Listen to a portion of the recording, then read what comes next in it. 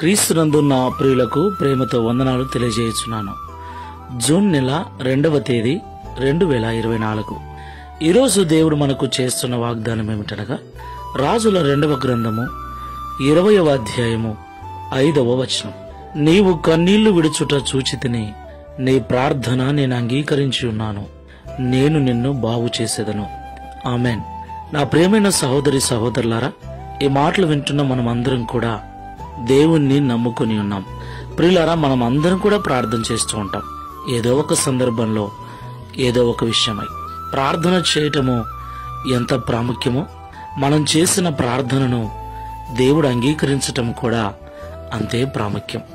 ఎందుకంటే మన ప్రార్థనకు జవాబు రావాలి అంటే ఆ ప్రార్థనను దేవుడు అంగీకరించాలి. దేవునికి మహిమ కలుగును గాక.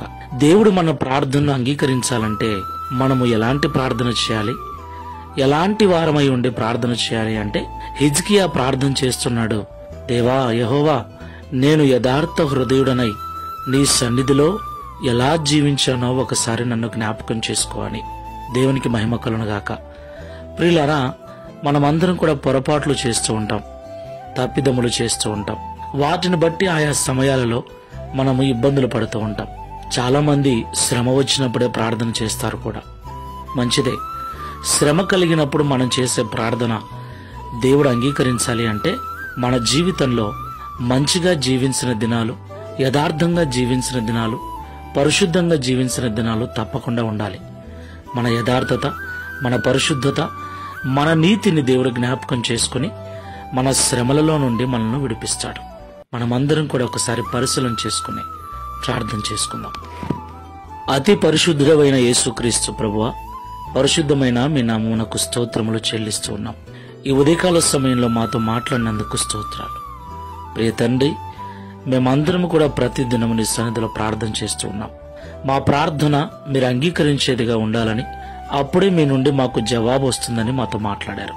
ప్రియ తండ్రి, మీరు మా ప్రార్థన అంగీకరించాలి అంటే మేము యథార్థ హృదయముతో, పరిశుద్ధత కలిగి, నీతి కలిగి జీవించాలని మాతో మాట్లాడారు. హిజ్కియా కూడా ప్రార్థన చేస్తున్న సమయంలో తనకు వచ్చిన శ్రమ నుండి, మరణ భయము నుండి విడిపించమని ప్రార్థిస్తూ, అయ్యా ఒకసారి యథార్థంగా నేను జీవించిన దినాలను, నీ యందు భయభక్తులు కలిగి నేను బ్రతికిన దినాలను జ్ఞాపకం చేసుకుని నా ప్రార్థన అంగీకరించమని కన్నీళ్లతో ప్రార్థించాడు. హిజ్కియా యొక్క కన్నీటి ప్రార్థన మీరు విన్నారు. ఆయన యథార్థతను జ్ఞాపకం చేసుకుని ఆయుష్కాలమును పొడిగించారు.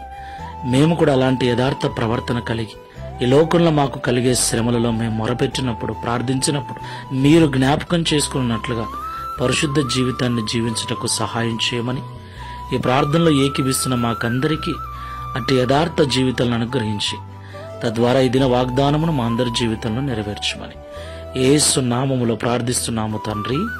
Amen. Praise the lord. God bless you.